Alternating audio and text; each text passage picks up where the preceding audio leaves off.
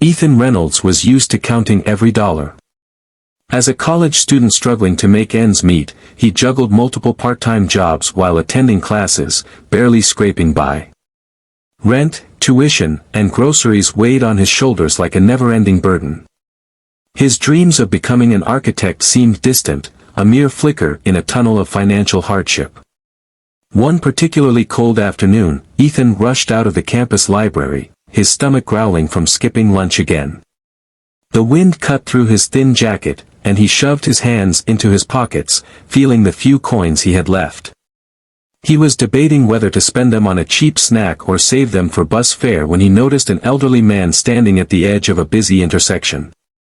The old man, dressed in a worn-out brown coat, clutched a wooden cane with shaking hands.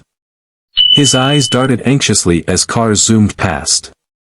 Pedestrians walked by, too engrossed in their own worlds to notice him. Ethan hesitated, but something in the man's frail figure reminded him of his grandfather, who had always told him, no matter how little you have, there's always enough to share. Without a second thought, Ethan stepped forward. "Sir, do you need help crossing?" The old man looked up, his face lined with deep wrinkles, eyes filled with gratitude. "That would be mighty kind of you, son." Ethan gently took his arm and guided him across the street, shielding him from the harsh wind as they walked at a slow, careful pace. Once they reached the other side, the man sighed in relief, then patted Ethan's hand. "Thank you, young man. Not many take the time to help nowadays." "It's nothing, really," Ethan replied with a smile, about to turn away when the man caught his sleeve. "You remind me of someone I once knew," the man said, his voice tinged with nostalgia. "Tell me, what's your name?" "Ethan Reynolds, sir." The man nodded as if committing it to memory. "You a student?" "Yes, sir. Studying architecture at the university."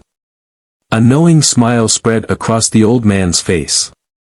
"Architecture, huh? That's a fine field. Takes patience and vision." He reached into his coat pocket and pulled out a small, folded piece of paper. "Here, take this. A little token of appreciation." Ethan hesitated before accepting it. "I really don't need anything, sir. I was happy to help."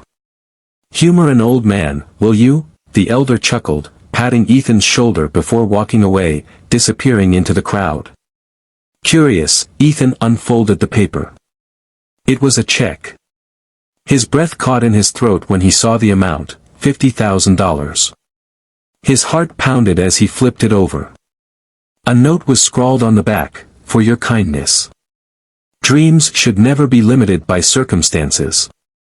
Visit my office tomorrow, Richard Ellington." Ethan's knees nearly buckled. Richard Ellington. The name was legendary in the world of architecture, a pioneer whose firm had shaped skylines across the country. Ethan had spent hours studying his designs, never imagining he'd one day meet the man in such an unexpected way. That night, Ethan barely slept. Doubt gnawed at him, was this real? The next morning, he dressed in his best clothes and made his way to the address printed on the check. A towering glass building loomed before him, the headquarters of Ellington and Company. He stepped inside, nervous but determined. At the reception desk, he hesitantly handed the check to the receptionist. Her eyes widened before she smiled knowingly. "Mr. Ellington is expecting you." Moments later, Ethan was led into a spacious office with floor-to-ceiling windows overlooking the city.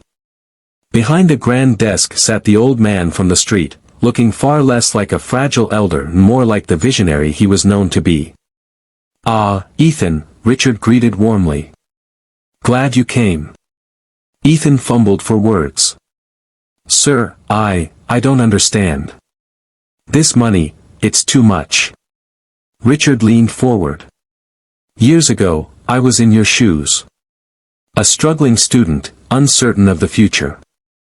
A kind stranger helped me when I had nothing, and I promised myself I'd do the same for someone else one day." He smiled. "You have talent, Ethan. I see it in your eyes. Consider this not just a gift, but an investment in your future. Tears stung Ethan's eyes. I don't know how to thank you. Simple, Richard said, standing and extending his hand. Do for someone else what I've done for you when the time comes. Ethan gripped his hand firmly, his heart swelling with gratitude and determination. At that moment, he understood, kindness had a way of coming full circle. That small act of helping a stranger had changed his life in ways he never imagined. Years later, Ethan became a successful architect, known not just for his designs but for his generosity. He never forgot Richard Ellington's words. And one day, when he saw a young, struggling student in need, he passed on the kindness that had once saved his own dreams. Because, in the end, the richest people weren't those with the most money, but those with the biggest hearts. I've written the emotional and inspiring short story based on your title. Let me know if you'd like any adjustments or refinements.